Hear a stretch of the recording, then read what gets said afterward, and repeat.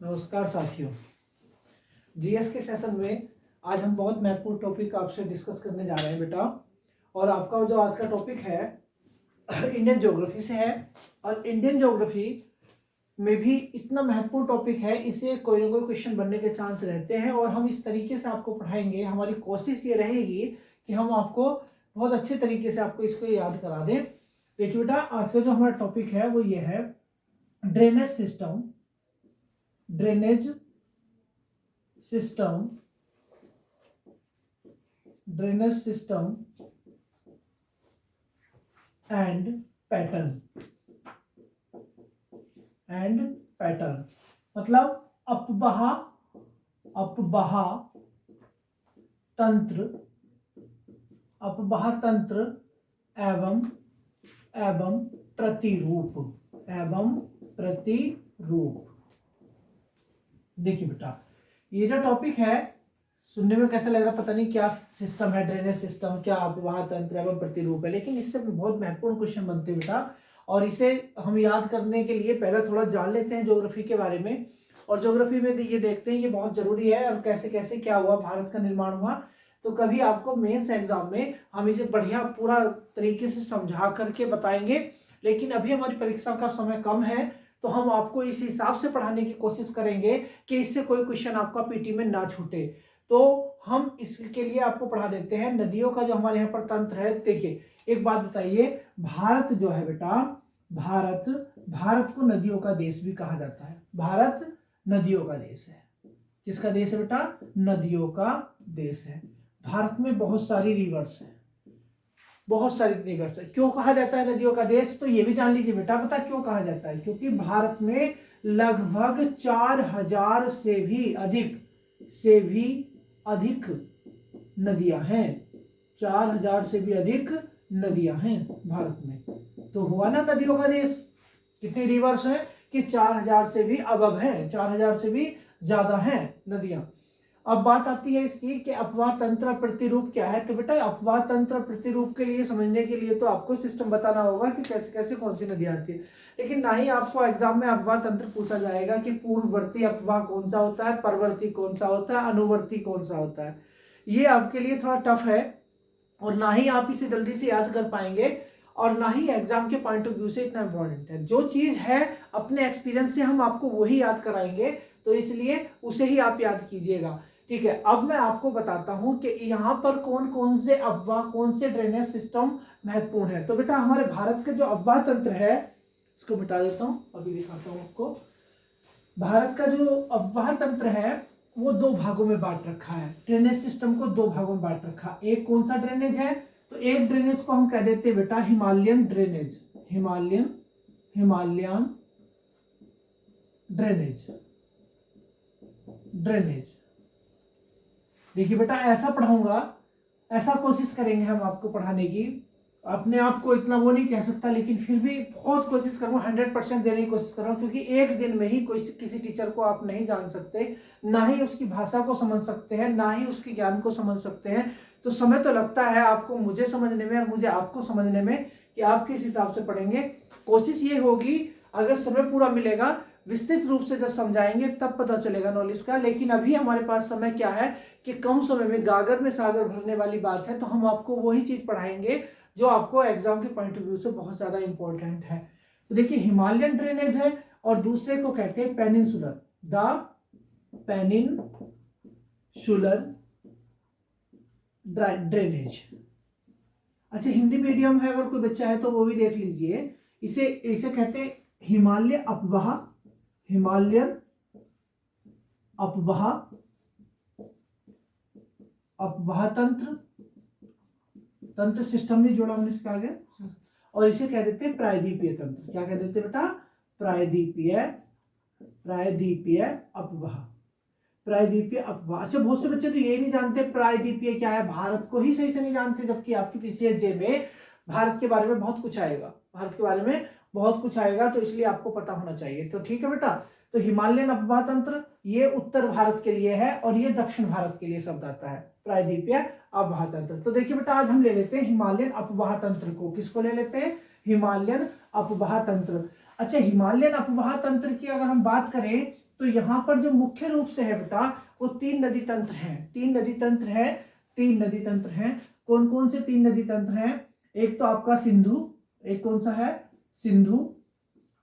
दूसरे नदी तंत्र को कह देते हैं गंगा, आप जानते ही हैं, सबसे बड़ी रिवर भारत की। और तीसरा है ब्रह्मपुत्र। ये तीन रिवर है आपके, ये तीन सिस्टम है। तो आज हम इसमें से भी एक सिस्टम आपको करा देते हैं शॉर्ट में ही जल्दी। तो कौन सा करा देते हैं? सिंधु नदी तंत्र। तो देखिए बेटा जल्दी से देखिए, अगर हम देखेंगे भारत है ये, यहाँ पर ऐसे करके भारत को बनाए, भारत का ये ऊपरी हिस्सा बनाए, ऐसे करके लेके जाए, ऐसे करें ऐसे, तो ये भारत, ठीक है बेटा, ये भारत बनाया, ठीक है। अब यहाँ पे देखते हैं सिंधु नदी तंत्र को। तो यहाँ देखिए बेटा एक जगह पड़ती है तिब्बत में। कहां पर? भारत से बाहर एक जगह है तिब्बत में। इसे कहते हैं कौन सी लेक? मानसरोवर लेक। कौन सी लेक है बेटा ये? मानसरोवर लेक। कौन सी लेक है? मानसरोवर लेक। दिखाई तो दे रहा है, कट तो नहीं रहा है? तो मानसरोवर लेक से ही एक नदी निकलती है और इस नदी का नाम है सिंधु नदी। अब देखो बेटा, सिंधु नदी ऐसे करके इंडिया के जम्मू लद्दाख में घुसती है, लद्दाख जानते हैं आप, और लद्दाख से घुसने के बाद ये जम्मू कश्मीर में होते हुए और ये चली जाती है पाकिस्तान, और पाकिस्तान से होते हुए ये पाकिस्तान में बहती हुई और यहाँ कराची से पूर्व की ओर जाकर के गिर जाती है किसमें? अरब सागर में। किसमें गिर जाती है बेटा ये नदी? अरब सागर में गिर जाती है। तो देखिए बेटा ये अरब सागर में नदी गिर जाती है। तो इस नदी पर कितने क्वेश्चन बनते हैं, कैसे बनते हैं? तो देखिए इसमें इसकी बाई साइड कौन सी हुई? नीचे की साइड ना, और दाएं साइड कौन सी है? ऊपर की साइड। तो ऊपर की साइड वाली नदियों को तो कम पूछा जाता है, लेकिन नीचे की इंपॉर्टेंट है, तो नीचे वाली जान लेते हैं कौन कौन सी है। ऊपर की भी है, जैसे मैं बताऊं, सियोंग है, काबुल है, कुर्रम है ना, याद रखना, सियोंग है, काबुल है, कुर्रम है, ये चीज याद रखना। लेकिन जो बाईं तरफ से इसमें नदियां मिलती हैं उन्हें पंचनद कहते हैं। तो बेटा जम्मू कश्मीर में एक जगह पड़ती है जिस जगह का नाम है शेषनाग, अनंतनाग में पड़ती है शेषनाग झील। कौन सी ना? बेरीनाग में, सॉरी, बेरीनाग में एक झील पड़ती है शेषनाग झील, हिंदी में लिख दिया मैंने शेषनाग झील। शेषनाग झील से एक नदी निकलती है और ये नदी निकलने के बाद ये ऐसे करके इसके बॉर्डर पे जाती है और बॉर्डर पे के पास पास फिर सीधे सीधे यूं चलती है और यूं चलने के बाद ऐसे आती है आगे, ठीक है। इस नदी का नाम है बेटा क्या है? झेलम। क्या नाम है इसका? झेलम नदी। कौन सी नदी है? झेलम। बहुत फेमस नदी है झेलम। झेलम और कहां से निकलती है? J&K की सिविल में। अब देखिए अगली नदी आती है बेटा चिनाब। कौन सी नदी आती है? चिनाब। चिनाब नदी को देखिए, चिनाब नदी हिमाचल प्रदेश से आती है। कहां से? हिमाचल प्रदेश के बाड़ा लाचा दर्रे से। किससे आती है? बाड़ा लाचा दर्रे से निकलती है और वो चिनाब ऐसे निकल करके आ जाती है ये, और ये ऐसे आने के बाद ये चिनाब हो गई। अब यहीं से पास में से ही निकलती है कौन सी नदी? यहाँ से रोहतांग से निकलती है, हिमाचल के ही रोहतांग से। ये भी HP से निकलती है और ये भी HP से निकलती है। वो निकलती है बाड़ालाचा पास से और ये निकलती है रोहतांग पास से। रोहतांग पास से एक नदी निकली और इस नदी का नाम है रावी नदी। कौन सी नदी? रावी नदी। तो देखिए ये थी ऊपर वाली चिनाब, कौन सी थी? चिनाब। और ये कौन सी है? रावी नदी। कौन सी नदी है? रावी नदी है। अब ये दोनों नदी, तीन नदी हो गई बेटा, तीन नदी हो गई। अब इसके बाद आगे बात करते हैं, यहाँ इसी के पास हिमाचल से एक नदी निकलती है और उस नदी का नाम है, पंजाब में निकलती है और ये ऐसे करके यहीं पर एक नदी मिल जाती है पंजाब में जाकर। इस नदी का नाम पता है आपको? ब्यास। क्या नाम है इसका? ब्यास। और उधर अगर हम देखें, इधर उत्तराखंड से इधर यहाँ एक जगह पड़ती है राकसताल। कौन सी जगह पड़ती है? राकसताल।